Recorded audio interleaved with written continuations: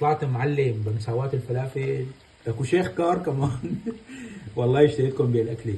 هي اكله شتويه ومع سمسم كمان. ليك ما احلاها. شو حجي معلم ولا ماني معلم بالفلافل؟ الله يخلي لي اياك يا رب. لا تقفشيني ان شاء الله ما بحترمك.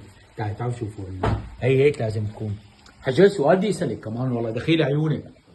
هلا هذول اللي حاطط لي اياهم هون بالمطبخ كنتوا تستعملوهم شيء؟ هذا ببور ايه كنا نستعمله بس طلع الزيت ما عاد استعملتوهم. بس والله حلوين. والله شيء حلو ومرتب.